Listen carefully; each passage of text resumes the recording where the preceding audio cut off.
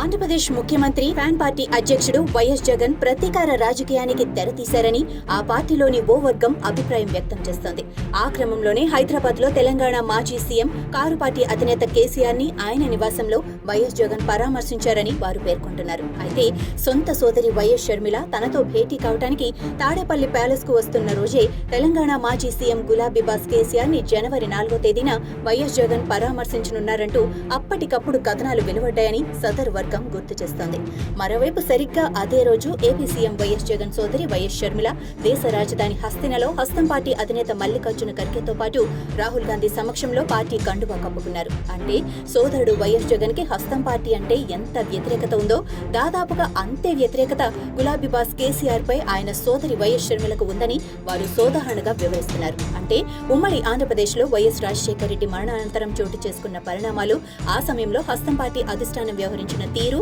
దాంతో కలత చెందిన వైఎస్ ఫ్యామిలీలోని వారంతా ఆ పార్టీని వీడటంతో వైఎస్ఆర్ కాంగ్రెస్ పార్టీ పేరుతో కొత్త పార్టీ స్థాపించడం అనివార్యమైంది. ఆ పార్టీ అధినేతగా వైఎస్ జగన్ ఏపీలో అధికారం అందుకోవటం కోసం ఏం చేశారు, ఎలా చేశారన్న సంగతులన్నీ అందరికీ తెలిసిందేనని, అలా వైఎస్ జగన్ ప్రభుత్వాన్ని ఏర్పాటు చేశాక అప్పటి వరకు జగనన్న వదిలిన బాణమన్న వైఎస్ షర్మిల ఆ తర్వాత తెలంగాణ వచ్చి కొత్త పార్టీని స్థాపించడం, నాటి తెలంగాణ సీఎం కేసీఆర్ పాలన వైఖరితో పాటు వ్యవహార శైలిపై ఓ రేంజ్లో నిప్పులు చెరగటం, ఆ క్రమంలో ఆయన నివాసానికి ఆమె స్వయంగా కారు నడుపుకుంటూ వెళ్లడంతో మార్గమధ్యంలోనే ఆమె కారును ట్రాఫిక్ పోలీసులు ఆపి పంచగుట్ట పోలీస్ స్టేషన్ కు తరలించడం, ఆ క్రమంలో వైఎస్ షర్మిలపై పోలీసులు కేసు నమోదు చేశారని, అలాగే కేసీఆర్ ను గద్దె దించడం కోసం రాజకీయాల్లో దాదాపు ఏడాదిన్నర పాటు పడిన కష్టాన్ని సైతం పక్కన పెట్టి ఎన్నికల్లో పోటీ చేయకుండా తప్పుకొని సొంత పార్టీలోని వారి నుంచి విమర్శలు సైతం ఎదుర్కొని రేవంత్ సారథ్యంలోని హస్తం పార్టీ గెలుపుతో తాను అనుకున్నది సాధించింది వైఎస్ షర్మిల అని ఫ్యాన్ పార్టీలోని సదర్ వర్గం విపులీకరిస్తోంది. మరోవైపు తెలంగాణ ముఖ్యమంత్రిగా ఇటీవల బాధ్యతలు చేపట్టిన రేవంత్ రెడ్డికి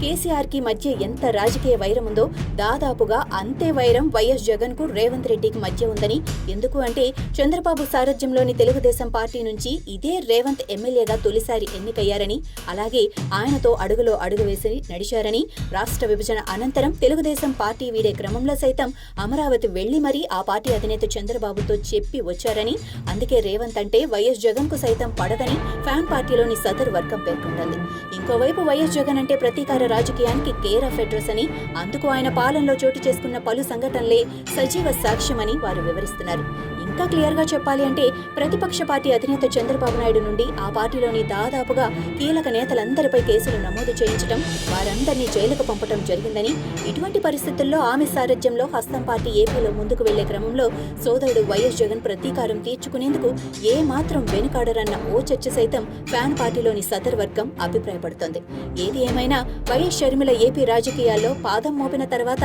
మెట్టినింటి తెలంగాణలో కేసీఆర్ అహంకారపూరిత రాజకీయాలు చేసినా తట్టుకొని నిలబడిందని, కానీ పుట్టింట అంటే ఆంధ్రప్రదేశ్లో సొంత సోదరుడు వైఎస్ జగన్ చేసే ప్రతీకార రాజకీయానికి తట్టుకొని నిలుస్తుందా, నిలిచి గెలుస్తుందా, గెలిచి తన సత్తా చాటుతోందా అంటే అది కాలమే నిర్ణయించాలని ఫ్యాన్ పార్టీలోని సదర్ వర్గం స్పష్టం చేస్తోంది.